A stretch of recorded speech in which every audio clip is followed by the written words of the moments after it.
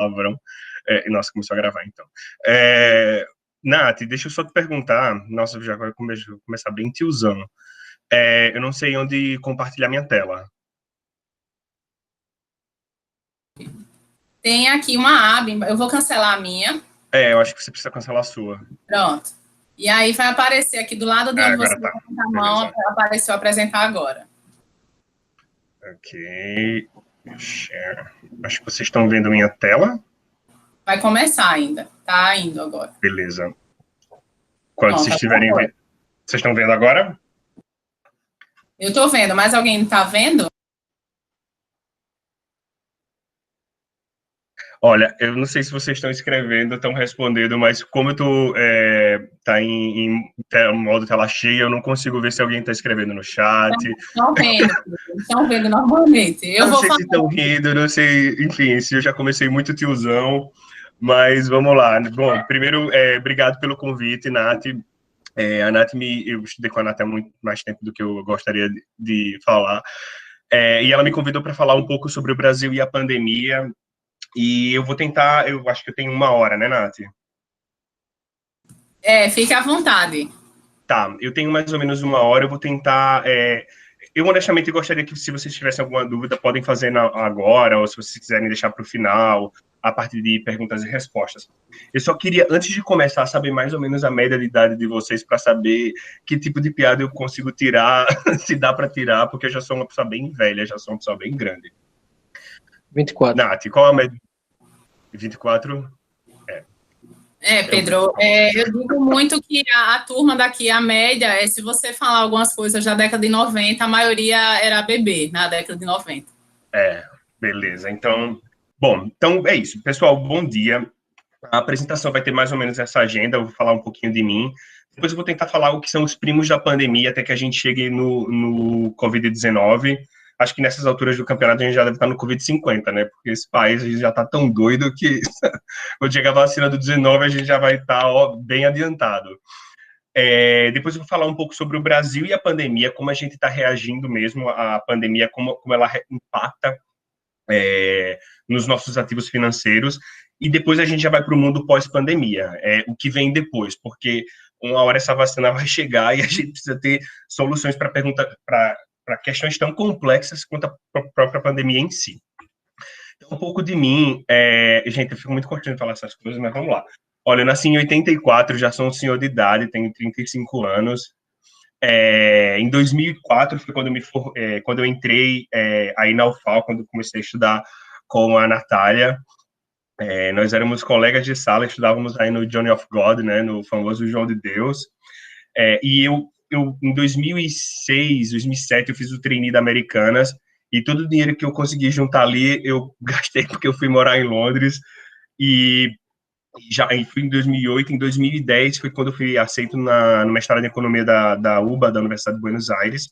Eu morei quase 10 anos, quase 5 anos lá, desculpa, e eu comecei a trabalhar na Reuters, que é a maior agência de notícias, vocês devem conhecer. E aí, em 2014, eles me transferiram de volta para o Brasil. Comentarista financeiro, a Reuters?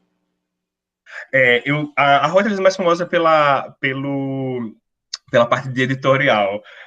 Desculpa, é porque a Nath me escreveu aqui no chat porque a minha matemática está errada. Mas eu tenho 35 anos. Então, eu trabalhava com os produtos financeiros dele. Nessa época, eu era do pós-venda para as soluções financeiras. Aí, em 2014, eu vim transferido para o Brasil. Em 2016, eu fui transferido para Nova York. Em 2018, eu vim de novo transferido. Claramente, eu sou uma pessoa que tem um problema de relacionamento. Né? Onde eu quico, vou me mandando embora. E aí, em 2019, eu saí da Reuters, eu fui para a KPMG, que é uma empresa de auditoria. E em 2020, gente, eu tinha quebrado meu recorde mundial. Eu fiz 13 quilômetros em menos de 1 hora. Tudo bem que depois eu fiquei quase 3 meses nocauteado, porque eu fiz uma distensão muscular, foi horrível. Mas eu sou mais ou menos isso. Então, eu queria falar um pouco dos primos da pandemia. Eu acho que para essa faixa de idade de vocês, tudo isso é muito novo, até para a gente mesmo é um pouco novo. E essas imagens super chocantes que a gente vai vendo dessas placas de aeroporto com os voos todos cancelados, esse tipo de aglomeração, esse caos aéreo, aí depois a falta de caos aéreo, né? tudo isso choca muito. Mas, na verdade, essas imagens que eu estou mostrando para vocês, elas são de 2010. Eu acho que vocês ainda eram girinos, vocês deviam, sei lá, na fase do Pikachu, não sei.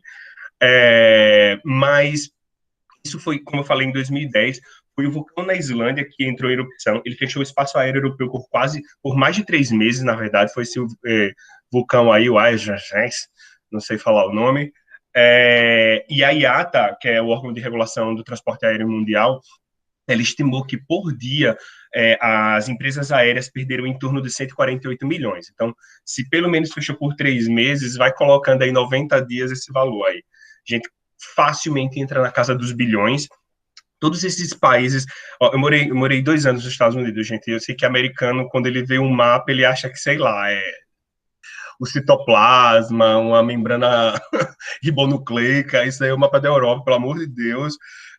Esses países que estão em vermelho, olha aqui a Espanha, não, Espanha, França, Inglaterra, vocês são do federal. E o espaço, grande parte do espaço europeu foi fechado, tudo que está em vermelho foi fechado, e o que está em laranja foi parcialmente fechado. E a grande ironia é que a Islândia, onde o vulcão explodiu, ficou aberto. Mas só para mostrar para vocês que eventos como esses, eles acontecem. Obviamente, é a primeira vez que a gente tem uma pandemia nessa escala, mas que eles acontecem. E eles não acontecem só nas gringas, eles não são exclusividade das gringas. Nós também temos os nossos eventos. Eu acho que o grande, a gente pode começar, esse sim vocês vão lembrar, que já é Brumadinho, que é realmente essa catástrofe. Obviamente, ele não vem por um imponderável da natureza, tem muito da ação humana, tem muito de inoperância humana. Ou então você tem até aqui um bairro que apareceram rachaduras, depois quebra. E eu não estou falando de Chernobyl, eu estou falando do nosso próprio Pinheiro, que está aqui do lado. E, por fim, eu coloquei essa coisa horrorosa, essa coisa nojenta que aconteceu no Carrefour de Porto Alegre. E aqui, a ideia, quando eu falo dos primos da pandemia, obviamente, os do Brasil, eles estão, você vê, bem mais de ação humana, mas é o efeito um pouco de teoria do caos mesmo. Eu não sei se vocês veem isso em administração, a gente vê pouco em economia, mas é esse fator do imponderável mesmo quando ele atua. Mas na teoria do caos, o caos ele não consegue perdurar por muito tempo. Ele tem uma duração, mas ele vai dar ele cria um novo ritmo. Ou seja, se o Carrefour não tomar nenhuma ação, realmente nenhuma ação em relação ao que aconteceu, aí a ação da empresa realmente vai derreter e ela provavelmente ela até sai da operação no Brasil, muda de nome. O bairro do Pinheiro, o caos fez com que um bairro inteiro fosse evacuado, no caso de Chernobyl, uma cidade inteira. Então, são esses eventos da teoria do caos para mostrar que a pandemia é a primeira vez realmente que a gente tem uma coisa em escala global, mas ela não é um fenômeno isolado, que essas coisas acontecem. E aí, finalmente, a gente chega ao Brasil e a pandemia, né? Quais são os setores mais afetados, né? Então, acho que como eu falar um pouco do mercado financeiro, eu tenho que começar com a nossa própria Bovespa, a nossa Bovespa velha de guerra, e é muito engraçado, porque nesse primeiro círculo que eu fiz, eu sei que esse ano aconteceu muita coisa e dá a sensação que não aconteceu nada, mas aconteceu muita coisa. E esse primeiro círculo, ele tá... Gente, se vocês tiverem alguma pergunta, porque eu não consigo ver cara de ninguém, não sei se vocês estão escrevendo no chat, eu tô meio aleatório. Eu tô divagando aqui, sabe, meu hora de um senhor já de idade. Ô, Pedro, você sabe onde fica o chat aí no detalhe da reunião? Fica do seu lado direito. É porque eu tô em modo full screen, sabe? Aí eu não... se eu não tivesse em modo apresentação, aí eu acho que conseguiria ver. Mas se alguém estiver perguntando, você fala. Se alguém estiver dormindo, você diz, olha, senhor, sai daí, hein? Está todo mundo com a tela fechada, mas se tiver alguma pergunta aqui, eu falo para você. Depois, Pedro, eu apresentei os agentes do Sistema Financeiro Nacional hoje, mas eu não falei nada da Bovespa. Aí, se você quiser falar um pouquinho também de como é que funciona, fique à vontade. A nossa Bovespa velha de guerra. Então, a gente tinha outras bolsas aqui no Brasil, e a Bovespa ela foi fazendo esse movimento de comprar as outras bolsas. Foi quase uma espécie de canibalismo, oligopólio, o que você quiser chamar. Hoje a Bovespa é a terceira ou é a quinta maior bolsa do mundo, ela é diferente das outras bolsas, onde você tem a bolsa, você tem um banco que suporta, você tem a clearing, que faz o processamento da... Gente, se algum desses termos estiver um pouco fora da... Pode perguntar, porque na época de vocês eu era bem mais... Quem é clearing? É um órgão que... Clearing é onde você processa literalmente a ordem da compra. Você tem, por exemplo, eu faço uma compra de alguma ação, a clearing é onde você vai ter processado fisicamente mesmo a ordem da compra. Seria quando você compra num supermercado, sabe a maquininha? Pronto, ela é a clearing. Você tem, eu não sei se vocês já tiveram a oportunidade de visitar os galpões do Porto de Maceió. Eu tô falando do Porto de Maceió porque eu acho que é o mais próximo, por aí tem alguém de São Paulo, de outra região. Mas esses grandes galpões, se vocês já foram visitar algum galpão de açúcar, todos esses contratos futuros de café, soja, milho, eles são físicos, eles são reais, ou seja, existem galpões gigantes, gigantes, gigantes, na altura, sei lá, de prédios de 7 andares, 8 andares, onde literalmente a bolsa comporta, e a pessoa vai lá, compra, e ela recebe fisicamente. Então, a bolsa brasileira, ao contrário das outras bolsas que são muito específicas, ou tem várias empresas que suportam e fazem um ecossistema da bolsa em si, a bolsa brasileira juntou tudo num pacote só, e por isso ela ficou tão grande. Ela ficou tão grande também porque o Brasil é um país muito grande, até o seu momento era a oitava maior economia do mundo. Deixa eu só olhar a hora, estou em tempo ainda. Então, só voltando, se tiverem alguma dúvida em relação à bolsa, pode me perguntar. A minha apresentação está muito mais para explicar um pouco de como os ativos se comportaram e os principais setores afetados. Eu fiz esse primeiro círculo porque aqui foi quando morreu, olha, gente, eu acho que parece que foi há 50 anos atrás isso, mas morreu aquele chefe da Guarda Revolucionária, o Qassem Soleimani, não sei se vocês vão se lembrar, imagina, não consigo nem lembrar direito como é que foi meu carnaval. E quando ele caiu, quando ele faleceu, eu me lembro que tinha vários memes, que era a Terceira Guerra Mundial, que o Iraque explodia a porra toda, o Irã ia explodir a porra toda. Então. Desculpa, foi mal. E depois a Bolsa foi e ela levemente se recuperou. Eu não sei se vocês gostam dessas músicas de gente velha, mas eu gosto muito do Rapa, e eles têm uma música que eles falam, que é o silêncio que precede o esporro. E que esporro estava por vir, meu amigo, meu irmão, porque foi uma cacetada. Para quem assiste muito o mercado de ações, a bolsa literalmente derreteu. Obviamente, o Brasil foi uma bolsa que performou muito mal, ela foi uma das piores bolsas que performou no mercado financeiro mundial. Só o índice Bovespa ele caiu em torno de 30%, 40%. Obviamente, ele se recuperou, as quedas foram em torno de 5%. Mas nesse momento, olha, nesse momento que está aqui, ó, vocês conseguem ver o meu mouse aqui. O meu pai me ligava quase todos os dias. Meu pai estava tomando calmante. Então, porque 45% é muita coisa. É literalmente, sei lá, se você investiu R$100, você já perdeu 45, ou seja, é quase a metade do que você investiu.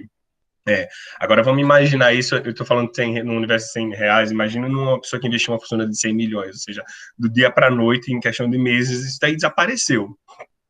Então foi realmente bastante tenso, mas dentro da própria bolsa, você tem os grandes perdedores e os grandes vencedores da pandemia, se é que se pode falar assim.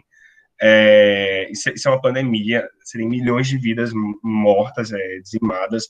Não dá para dizer que tem vencedores, você pode dizer empresas que conseguiram passar por esse fenômeno da pandemia de uma forma mais suave, se é que a gente pode colocar nesses termos. E aqui, antes de começar a falar das empresas, eu queria fazer uma comparação, de novo, do Brasil com o mundo, e eu fiz esse gráfico, ele tem que ser lido, na verdade, de baixo para cima.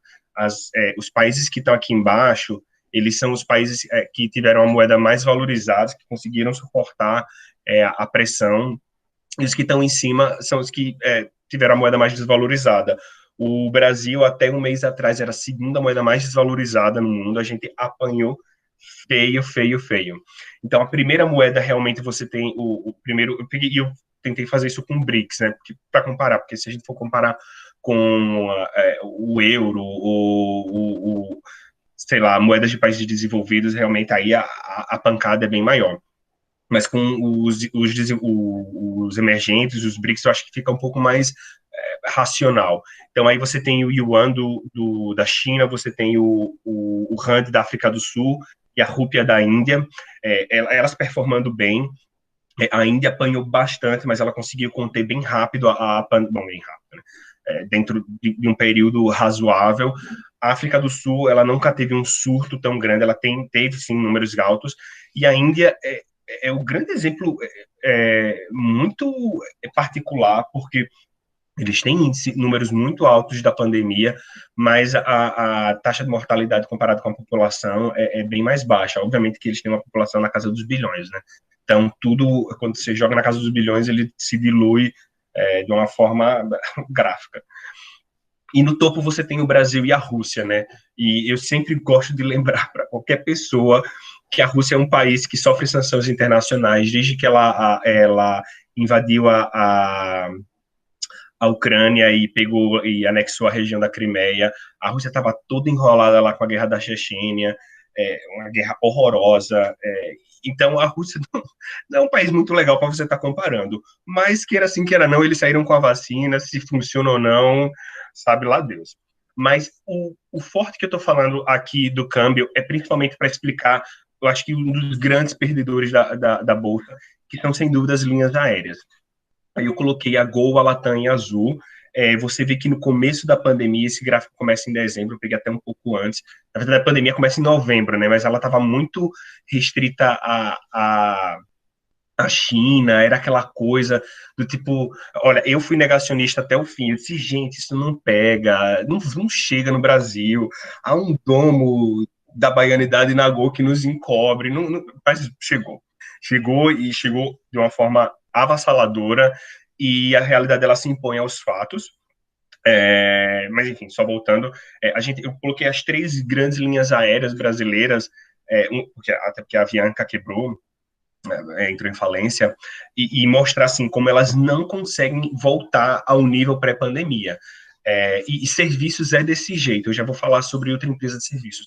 Infelizmente, o assento aéreo que ela não vendeu em março, ela não vai conseguir vender agora em dezembro. Ou seja, o que foi. E as linhas aéreas, isso é bem importante para vocês. Eu não sei qual setor vocês vão querer trabalhar, mas linha aérea em especial, grande parte dos insumos dela é dolarizado. Então, o querosene é dolarizado, a manutenção é dolarizada, os aviões são em dólar, óbvio, o aluguel dos aviões, enfim, se eles vão fazer aluguel de avião, né? Então, tudo isso é muito dolarizado e a receita é em real. Então, aí, realmente, ela perdeu bastante. Olha, vocês acabaram de ver a minha mãe atrás, ela está, inclusive, de pijama. Vida de pandemia é assim. Até me perdi, gente. Ó, deixa eu ver onde é que eu tô. Tá gravando isso. Os insumos estão dolarizados e a receita em real.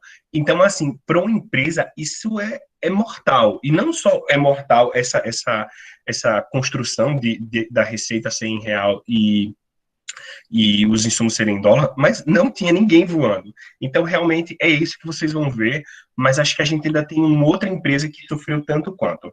E aqui eu coloquei 2 empresas comparativas, que é a CVC e a Ambev. Aparentemente elas sofrem bastante, mas eu não sei se vocês perceberam que esses gráficos eles têm 2 eixos. Você tem o eixo um aqui e outro aqui. E aqui, quando você começa a perceber, você vê que as duas, na verdade, têm um comportamento bem diferente. A Ambev, que começou o começo da pandemia valendo, sei lá, eu vou colocar 17,32 só para ficar mais fácil a matemática. Então, valendo 17,32, e no final da pandemia, bom, no final não, pelo menos agora no final de novembro, ela estava valendo 14,32.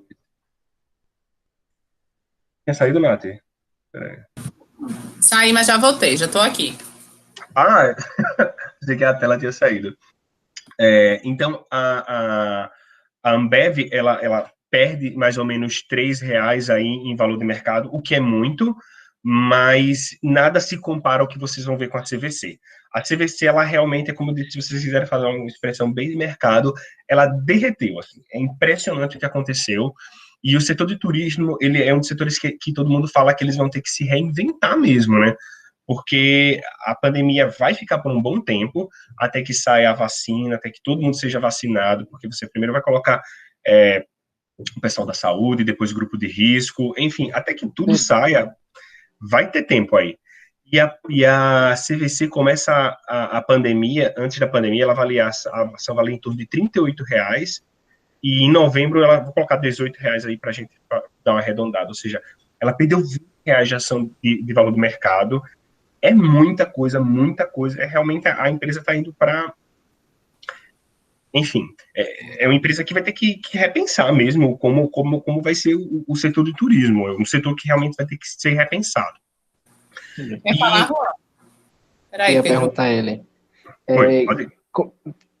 Acredito que você possa me tirar essa dúvida. Se a CVC tivesse uma grande parcela do mercado, tivesse um bom domínio, e ela chega, assim, falir, né? Como é que fica o fluxo de turismo? Porque, de certa forma, se uma boa parte do Brasil depende do domínio que ela tem no mercado, e ela se liquida, ela vem à falência, não entraria em caos, não, o país, por depender dessa empresa, porque outras empresas não vão ser tão rápidas para se adaptar, para aproveitar esse vazio que ficou no mercado, né? Vamos aproveitar essa parte que ainda falta ser conquistada. Como é que ficaria? Na verdade a gente tem, porque é muito lindo falar com os novinhos, assim, olha, vai por mim que nesse país já aconteceu, e a gente tinha uma grande operadora turística, que ela, foi exatamente o que aconteceu, ela quebrou, a gente já teve uma grande linha, bom, se você tiver a curiosidade um dia de pegar as grandes linhas aéreas, elas vão, de 20 em 20 anos, elas se renovam. Eu posso falar com mais propriedade da Varig, porque meu pai trabalhava lá. Um belo dia, a Varig deixou de funcionar, porque ela não tinha dinheiro sequer para pagar o diesel, assim. Mas ela ainda voava toda endividada, até que a justiça disse assim, não, você vai parar de voar, ou seja, a Varig estava vendendo os tickets e as pessoas não podiam voar. Então, vai sentindo o angu entornando aí. Enfim, depois a situação foi se normalizando no sentido de parte do que foi vendido, outras linhas aéreas foram absorvendo. A Varig era dona de uma rede de hotéis e também foi sendo redistribuído. Eu não acho que vai ser o caso da CVC. Eu acho que o setor de turismo vai continuar existindo. Ela já tem o cenário é bem o que você está falando aí. Ela é uma empresa muito grande, ela está quase sozinha no mercado. Tem outras empresas, mas as outras são bem menores e demoraria um tempo para que um outro player ganhasse a dimensão que ela tem. Mas o próprio setor ele termina absorvendo, ou seja, as linhas aéreas iriam... É porque a justiça também atua nesse caso, né? A justiça faria com que as linhas aéreas absorvessem a parte do transporte aéreo, e faria com que os hotéis respondessem pelas diárias. O grande problema seria a parte externa, né? Tipo, voos que nascem no Brasil e faz alguma conexão, a pessoa, sei lá, ia para Rússia e você só fazia uma escala em Lisboa e como é que fazia esse trecho fora. Mas, em geral, o que faz isso, o próprio mercado absorve. E aí você tem outro player. Eu não consigo ver ainda esse cenário da CVC falindo, não acho que é o que vai acontecer, mas eu acho que sim, ela vai ter que se reinventar, porque a própria forma de fazer turismo ela vai mudar bastante. Quer dizer, eu não sei, viu? Juan, né, o seu nome? Ó, Juan, final de semana passado, eu moro em São Paulo, mas eu tô passando a pandemia aqui. E eu disse assim, cara, eu vou pra Porto de Galinhas, eu acho que não tem ninguém lá, e, enfim, é feriado, não sei o quê. Cara, era tanta gente, tanta gente, tanta gente. Por isso que eu disse assim, gente, quando vier a vacina do 19, do Covid-19, a gente já vai estar no Covid 57, 80, porque, assim, tá uma coisa realmente meio louca, assim, é assustador. Então, eu não sei até que ponto a indústria do turismo vai mudar tanto, mas, por exemplo, se você entra hoje num avião, o avião ele consegue te proteger em termos de limpeza de ar melhor do que uma máscara que você usa quando você vai para a rua. Então, assim, e tudo isso é insumo, tudo isso é custo. A forma de limpeza, tudo vai mudar um pouco. Então, não sei se eu consegui responder sua pergunta. Eu sou meio velho, viu, Juan? Então a gente vai responder uma coisa, fica divagando, fica falando da morte da bezerra. Mas foi show. Valeu. E a gente também tem os vencedores da pandemia. Olha, todo mundo... Acho que aqui está em março, aparece aqui stop sharing, então não consigo ver bem. Mas mais ou menos em março, a Vale e a Petrobras, elas também levam uma cacetada gigantesca, e agora elas estão valendo em valor de mercado mais do que no período pré-pandemia. Então, você tem algumas explicações. A Vale, em especial, ela é uma empresa que grande parte do que ela produz, principalmente quando veio a retomada da China, ela começou a exportar, assim, violentamente. Ela já é uma grande empresa exportadora, mas a retomada ajudou muito, e aí a gente tem uma outra questão muito importante, que é a desvalorização do real. Então, isso deu uma turbinada no caixa dela, então é por isso que a gente vai ver essa empresa valendo mais do que valia no começo, e o mesmo vale para a Petrobras. E eu acho que aqui é muito importante falar, porque a Petrobras é uma empresa que estava quase falindo alguns anos atrás. Foi feito toda uma lógica na reestruturação de preço, a empresa começou a ser usada para conter a inflação. Hoje em dia não, o preço já é passado na bomba, é lei de oferta e demanda mesmo, não tem jeito, e isso se reflete, ou seja, a empresa consegue criar liquidez, consegue criar caixa. Então, é bem interessante ver essas duas empresas, em especial o caso da Petrobras e da Vale, porque, enfim, eu mostrei há pouco tempo atrás o caso de Brumadinho, e hoje ela com essa performance no mercado. E aí eu queria fazer um parênteses assim e falar assim o que foram as mulheres na pandemia.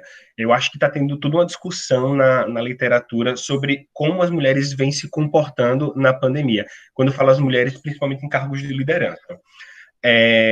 O que eu vou falar, me diz se está sendo gravado, então eu vou falar com bastante cuidado.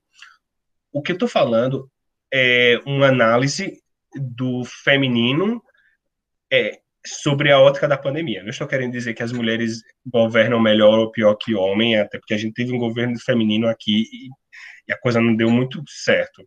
Não que o que está aí também seja muito melhor, mas, enfim, está sendo gravado. Força. Então, a primeira comparação que é muito importante fazer aqui e é um dos grandes debates que está sendo feito na literatura. Esses países, aí eu acho que eu quis colocar exatamente a performance da Bolsa para mostrar como esses países estão, como um termômetro de como o país está reagindo à pandemia. E ele termina sendo um termômetro bem fiel.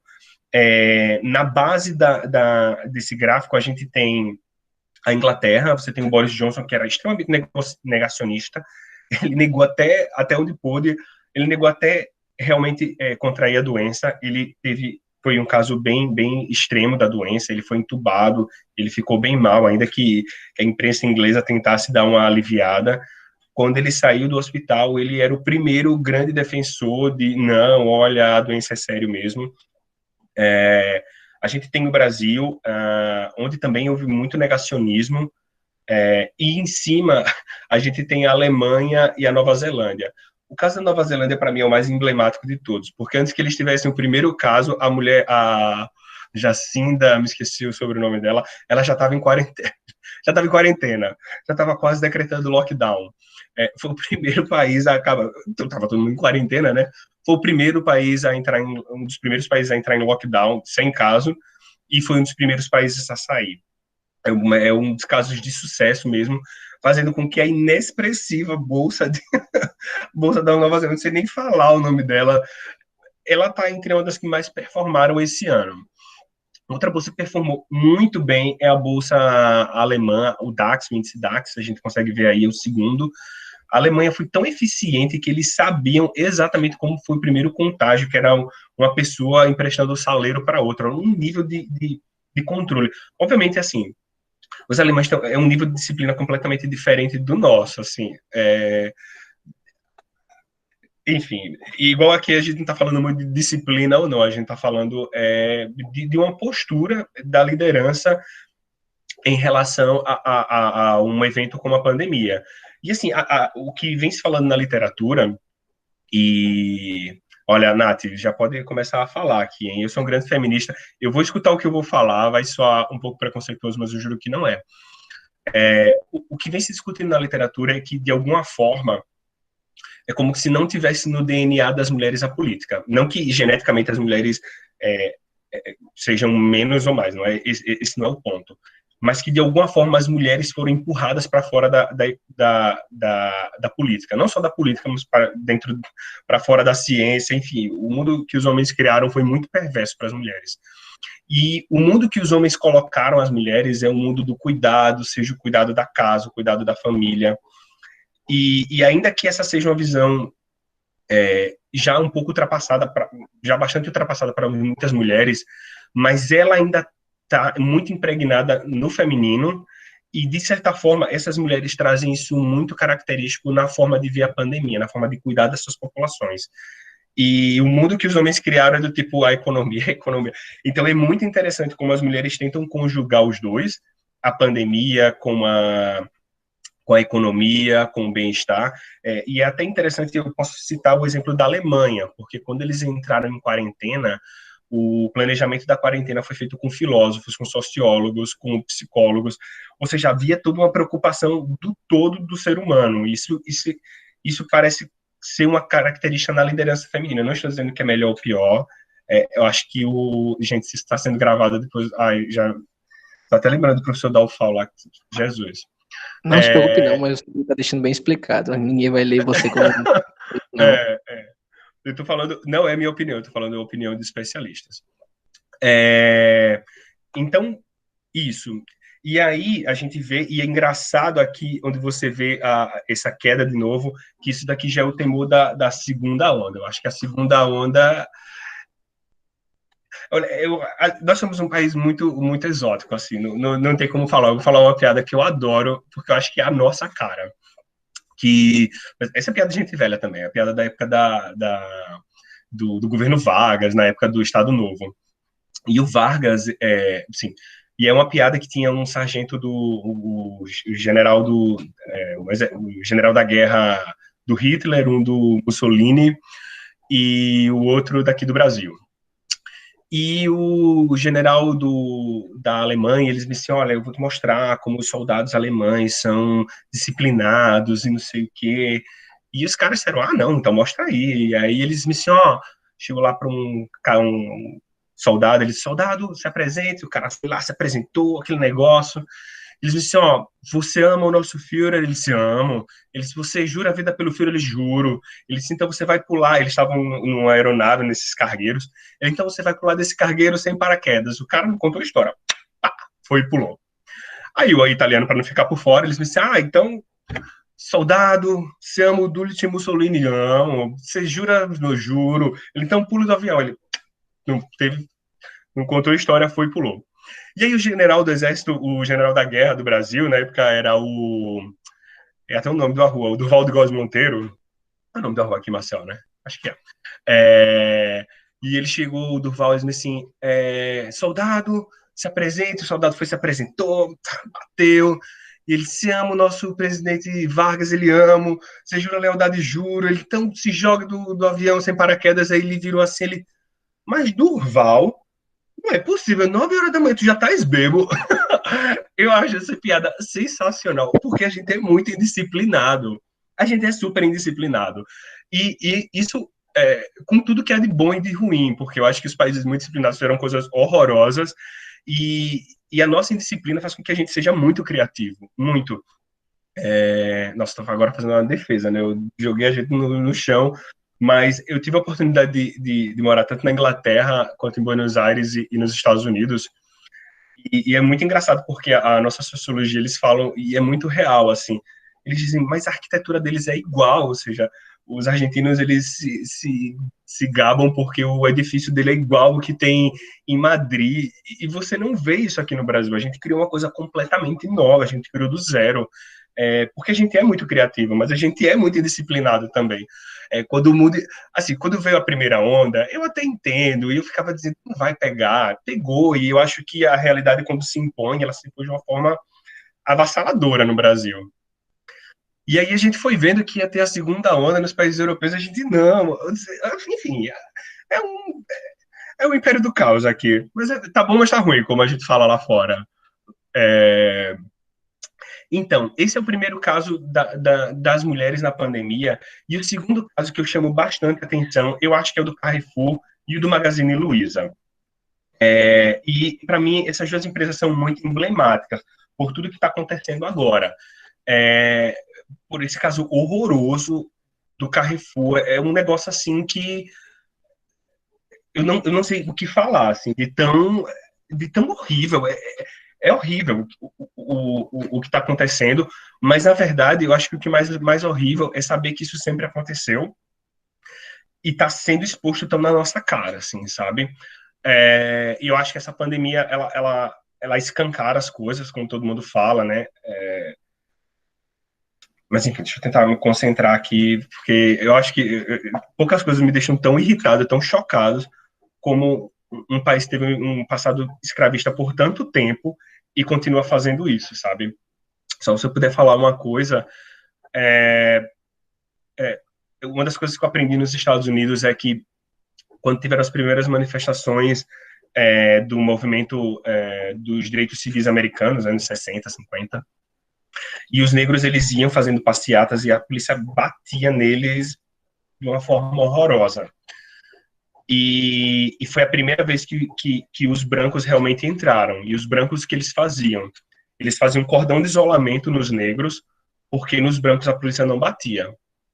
Então, se há uma das coisas que eu estou aprendendo nessa pandemia, é que realmente a gente não pode mais aceitar certas coisas nesse país. E eu venho de uma época onde você só via e dizia, nossa, isso está errado, mas não dá mais. A gente literalmente precisa fazer um cordão de isolamento, a gente precisa defender, porque isso é uma vergonha, isso é horrível o que está acontecendo. Eu não sei o que falar, assim. Mas, me desculpe, eu fico muito emocionado, porque é muito chocante, é muito chocante. Eu sei que vocês são muito novos, e eu morro de medo que vocês naturalizem isso. Isso não é normal, isso não é normal. Isso não pode ser aceito, isso é uma loucura, sabe?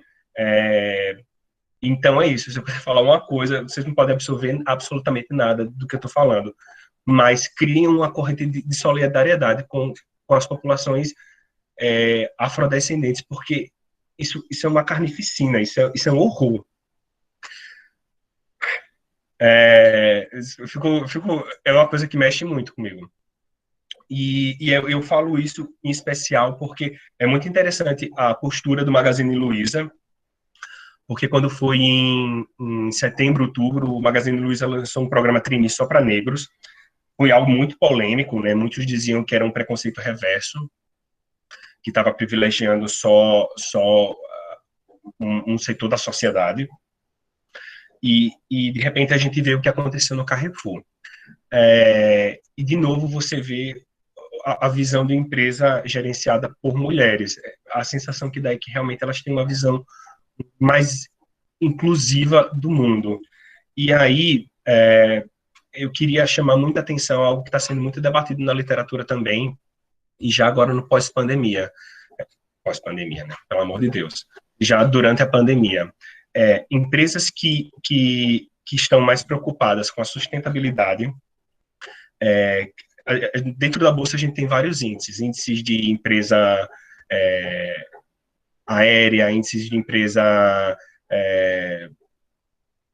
de varejo, índices de empresa mineradora, você tem vários subíndices. E dentro dos subíndices a gente tem o que a gente chama ESG, que é Environment, Social and Governance. Empresas que estão muito preocupadas com a governança corporativa e sustentabilidade. E a sustentabilidade hoje virou um tema muito complexo, porque ela passa por várias diretrizes, né? Você tem a sustentabilidade econômica, a sustentabilidade social, a sustentabilidade ambiental. E o que está sendo observado dentro da literatura é que as empresas que estão dentro de alguma forma, que tem o seu ESG, que tem o seu sistema de governança e sustentabilidade mais desenvolvidos, elas são as empresas que estão saindo melhor, elas estão sendo a empresa que estão tendo a melhor performance dentro da pandemia. Então, e dentro da própria literatura econômica, a gente já vê isso. Quanto mais desigual é um país, quanto mais assimétrico é a diferença entre as classes sociais, mais instáveis são os padrões de crescimento desse país. Ele não consegue se sustentar no longo prazo. Passei, desculpa, é um negócio que eu fico muito emocionado e vocês são muito novos, assim. Eu acho que a gente que é um pouco mais velho, A gente precisa que vocês vejam isso. Eu acho que vocês já têm uma visão muito mais politizada do que eu tinha quando eu estava na universidade. E vocês, eu acho que não pode ter só uma visão politizada. Eu acho que a gente está num momento de ação, sabe? Ou a gente faz alguma coisa, ou eu não sei o que vai acontecer. É uma loucura completa.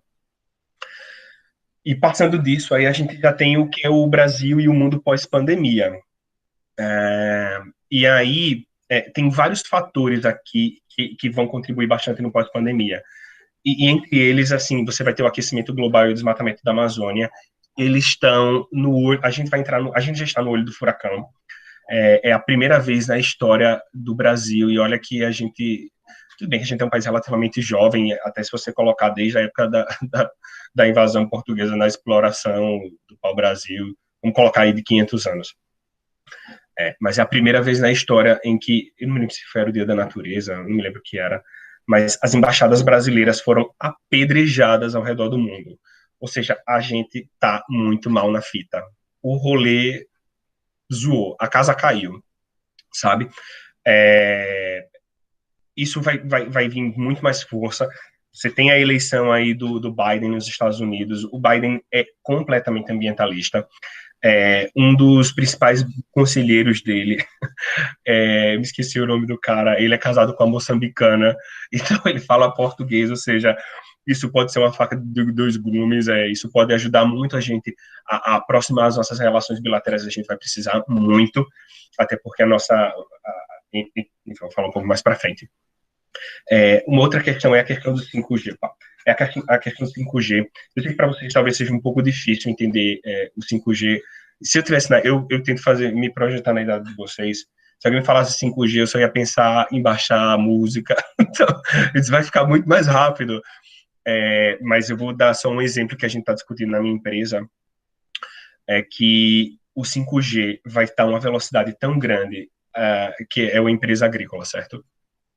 E a capilaridade vai ser tão alta que eles vão conseguir contar quantas formigas tem no metro quadrado daquela plantação para ver o nível esqueci o nome que dá, o nível de acidez do solo para saber quanto de agrotóxico eles devem colocar ou não.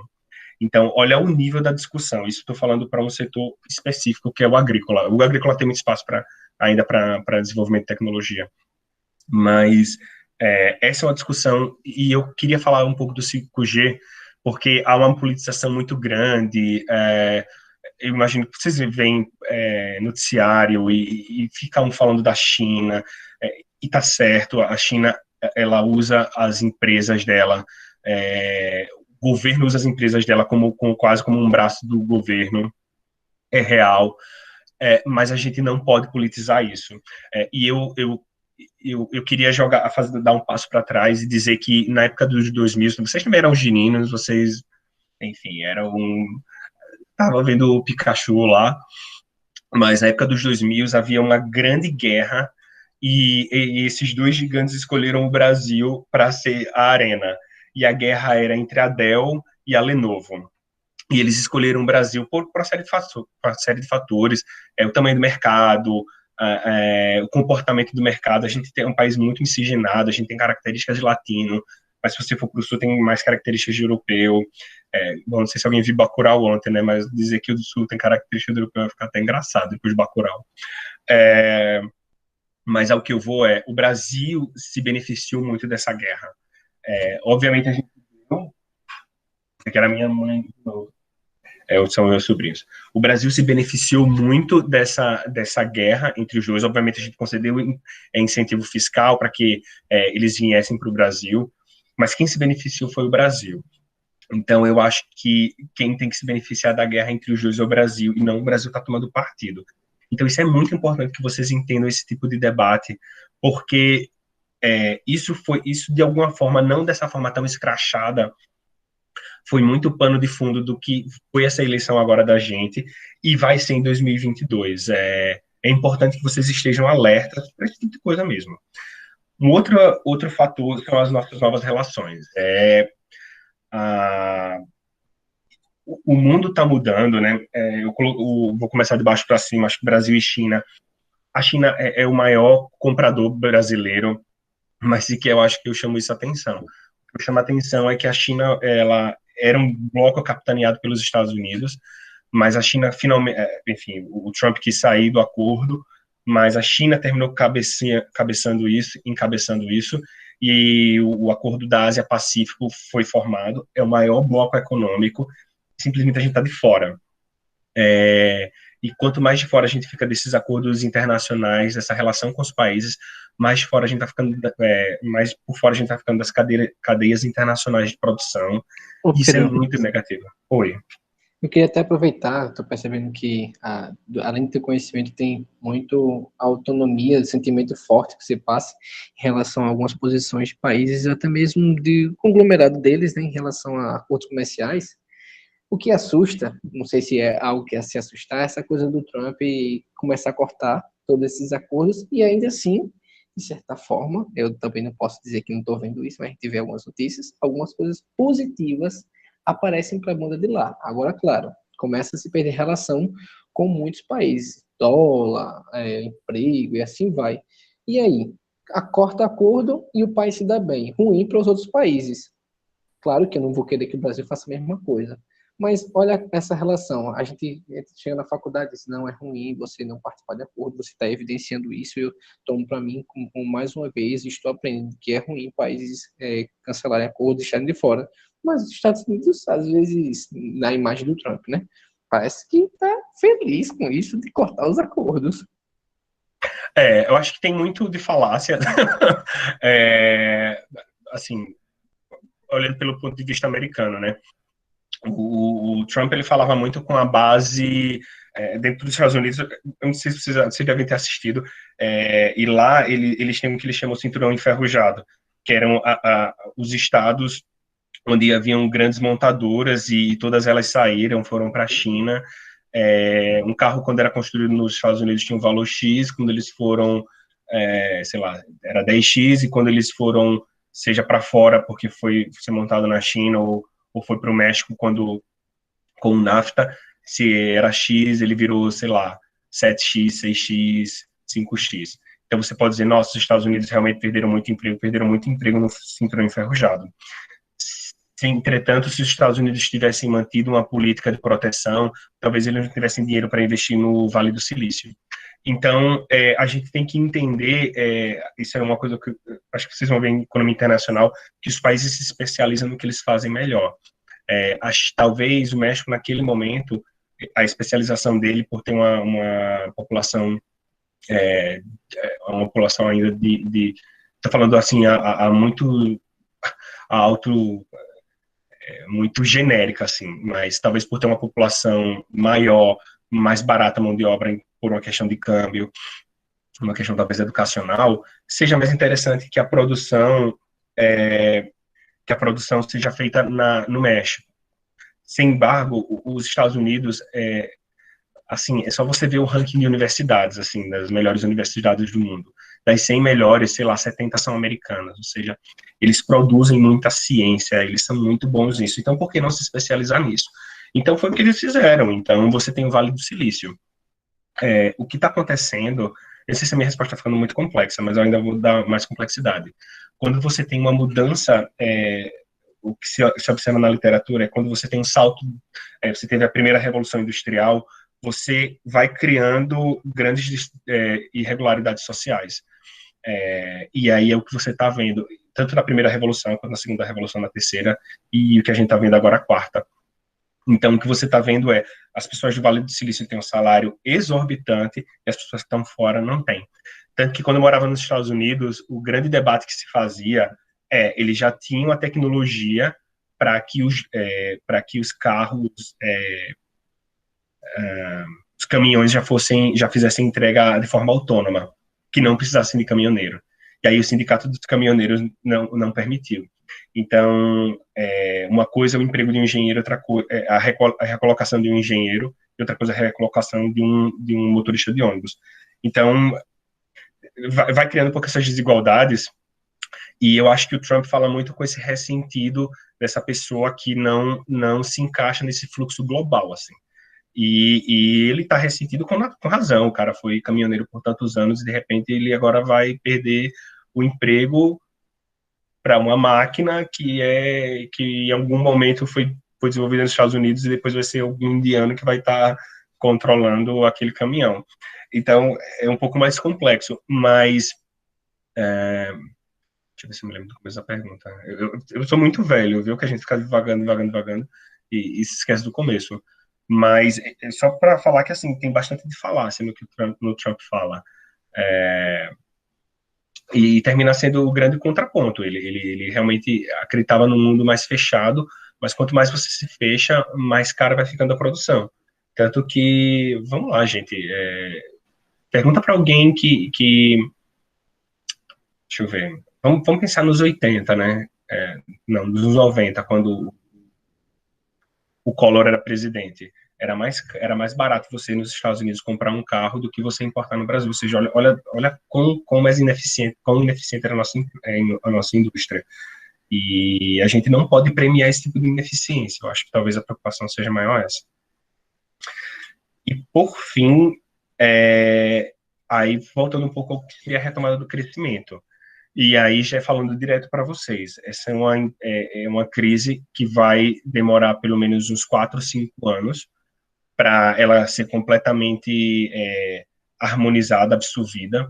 Vai vir um contingente enorme de mão de obra desempregado. Em geral, os mais jovens são sempre os mais afetados. Então, é muito importante que vocês entendam. Eu sou um grande defensor da democracia. Eu sei que a gente vive numa democracia muito jovem. Eu ficava chocado quando eu morava na Inglaterra, que eu passava pelo... Eu não sabia, mas uma vez eu estava andando pelo parlamento inglês, e o prédio do parlamento tinha 800 anos. Ou seja, na palavra... E em inglês, eles não têm muito a palavra golpe de Estado. Eles têm ditadura, mas não tem golpe de Estado. Então, você vê como certas palavras quase não existe na cabeça deles. Não existe porque não tem um equivalente. Talvez ele tenha golpe de Estado porque isso aconteceu na França, na Espanha, sei lá. Mas tudo isso para dizer que eu sou um grande defensor da democracia. Vocês precisam entender com muito cuidado, vocês têm que olhar com muito cuidado em quem vocês vão votar. Por tudo que a gente falou de governança, de sustentabilidade social, ambiental, econômica, vocês precisam ter muito cuidado, porque realmente, nesse momento, vocês vão ser as pessoas mais impactadas no caso de uma não volta da economia ao normal, ou quanto mais ela demorar. E é isso, beleza? Gente, obrigado. Valeu um monte de coisa. Espero que vocês tenham absorvido, vocês tenham gostado. E é isso. Pedro, queria agradecer pela participação, né? Acho que os comentários do Pedro já foi bem diferente do que da proposta da aula passada, do que o Alisson falou, né? Na visão, ele estava mais para uma visão do administrador, né? E a visão dele no mercado de ações. O Pedro eu já pedi a ele para trazer uma nova perspectiva de como é que ele enxergava a recuperação do mercado brasileiro frente a essas transformações desse cenário de pandemia.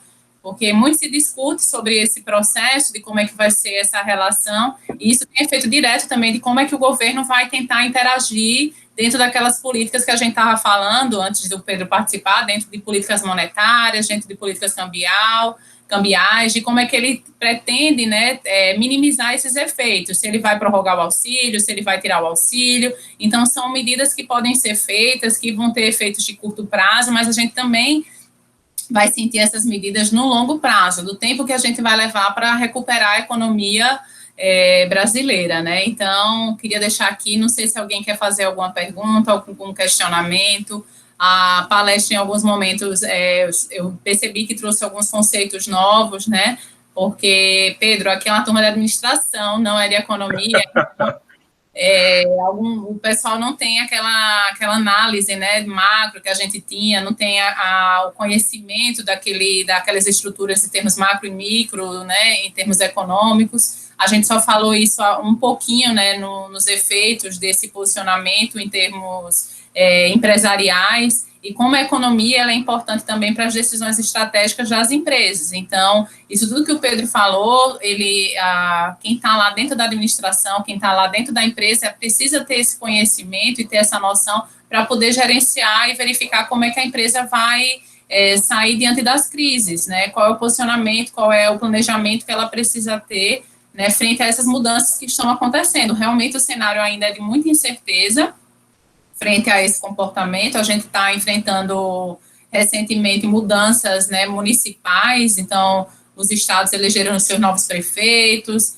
ainda tem toda uma estrutura aí que vai ter que ser colocada em questão para poder se recuperar essa economia nos próximos anos. E realmente a gente já tem visto, né, ao longo desses anos, que essa recuperação não é tão rápida. Então, os próprios Estados Unidos sofreram para se recuperar da última crise financeira que eles enfrentaram. Imagine uma economia como a brasileira, uma economia emergente, tendo um efeito, um impacto. A gente já estava em crise e agora veio uma outra crise provocada pela pandemia. Então, realmente, como é que a gente vai sair? Isso ainda é preocupação para os economistas, é preocupação para os administradores e principalmente para os empresários. Por isso que os empresários ficaram tão preocupados, né, querendo a reabertura do comércio, né, a demora do comércio, porque a gente já tinha realmente, como o Pedro falou, 14 milhões de desempregados, a gente já teve um impacto direto, principalmente nos pequenos e médios negócios, né, que muitos quebraram em decorrência de tanto período parados.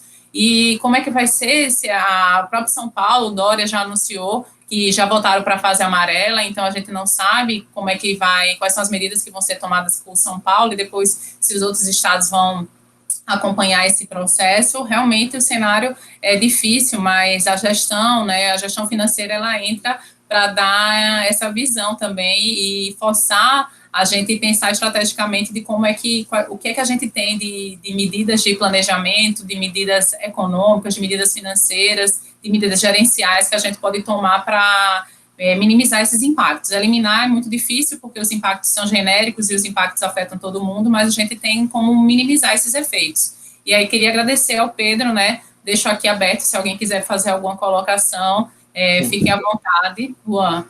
Tenho que aproveitar com essa última afirmação aí da professora, foi uma afirmação interessante. O Pedro, ele traz uma coisa legal, que foi a questão da Noruega, a presidente da Noruega, acho que foi alguma moça de um certo país que se antecipou. Nova Zelândia se antecipou. Aí se antecipou, se deu bem e foi um dos primeiros países a retornar, e a bolsa do país teve uma performance muito boa. Aí eu fico imaginando, Senhor, pronto, São Paulo, toma São Paulo com referência, São Paulo começa a antecipar, Jesus. Aí começa a fazer aquele bloqueio, distanciamento, aquela coisa toda. Aí a gente pensa, vai acontecer a mesma coisa com a Nova Zelândia? Será? Será que realmente vai acontecer a mesma coisa que aconteceu com a Nova Zelândia? É aquela coisa, aqui em Maceió, mesmo se fechasse igual, como se deveria fechar, como os estudos mostram, aquela coisa da contaminação, vai pender tudo. E a Nova Zelândia, qual foi o segredo dela para as empresas conseguirem se permanecer? Será que dá para comparar com países e empresas europeias que já têm uma certa solidez muito interessante?